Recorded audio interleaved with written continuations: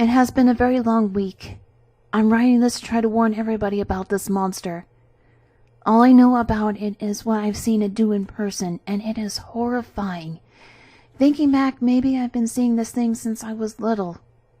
Whenever I was out in public with my friends or family, there would always be something paying especially close attention to me, whether it was a dog, a person, or some other animal. They would just watch me. As the years went by, I shrugged it off as my imagination, but I'm not so sure anymore. It's just too creepy and too much of a coincidence to brush it off now. Plus, the eyes. The ice blue, bone-chilling eyes. Any form this being takes, it has the same eyes. The first time I saw it up close, it came to my front door. It's the form of a 7-year-old little girl. Blonde hair. Not knowing any better, I took her in. It was a mistake. She was an angel for 2 days, answering my questions and doing what I asked her to while I tried to find her parents, or at least where she came from. One problem. I found nothing.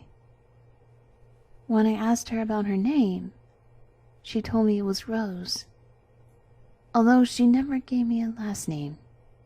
When I asked for it, she just shut down. Day 3 is when it got a little weird. I would notice her staring at me out of the corner of my eye and turn to look, but she'd be doing something else, maybe watching cartoons that were not on, or coloring in a book I had never seen. I don't know how she did it, but it's strange to me nonetheless. That was only the 3rd day. On the 4th day, I brought her to the mall to see if anybody knew her, but she just disappeared. I searched for about 2 hours, asking around to see if anybody had seen her and calling the police before giving up and going home just to find her on the couch watching static. I was a little freaked out, but I walked over and switched off the TV, asking where she went and how she got back. She just kind of stared at me with those creepy eyes.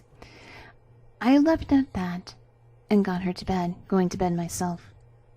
I woke up in the middle of the night and I found her watching me from my bedroom door.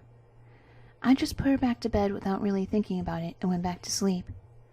I woke up the next morning and walked downstairs to find her watching Looney Tunes on the TV. I whipped up some pancakes, and the smell eventually drew her into the kitchen, where she sat down and waited for me to finish.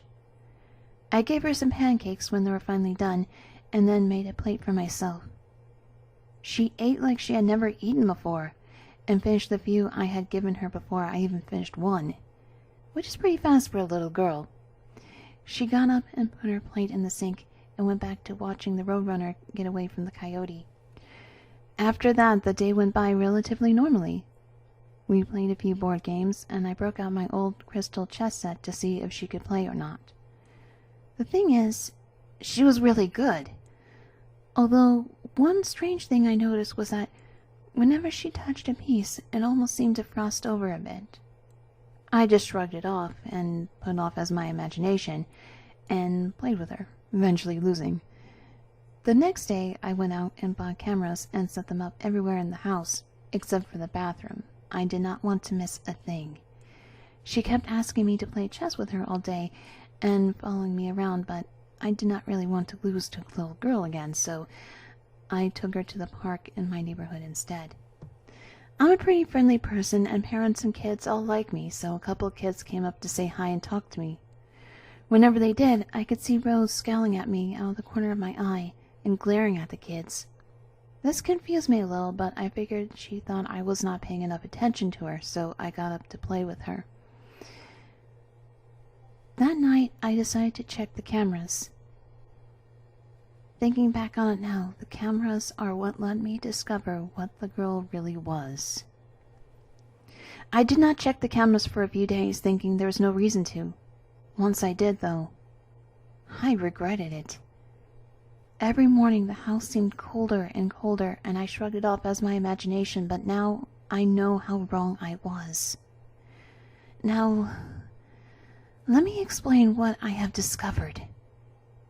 One when I finally checked the cameras, I was not as shocked as I could have been. I knew there was something wrong with the child, however, my mind never wandered into the paranormal area of things.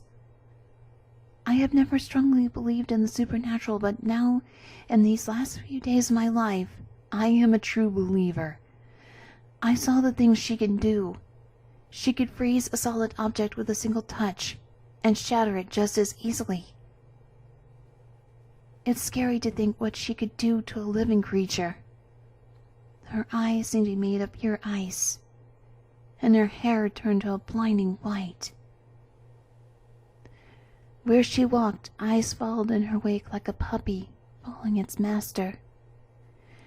Immediately, I remembered something I had read once as a little kid about a research team going missing in the Arctic, but I could not find anything. It's almost like any information on it was deleted. That was last night. The entire house is covered in ice now. Checking the cameras is what killed me.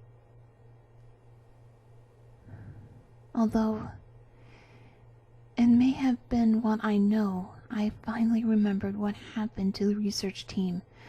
I know why. She has watched me all my life now. She came for me, but I locked myself in my room, which is now my only safe haven. It will not hold for long, though. I can hear her breaking the door down. Maybe I'll kill myself before she gets to me. I have my handgun laying in the desk next to me. It would truly be a more merciful death. I wrote this because I'm scared. Scared for me, and scared for the world. Goodbye.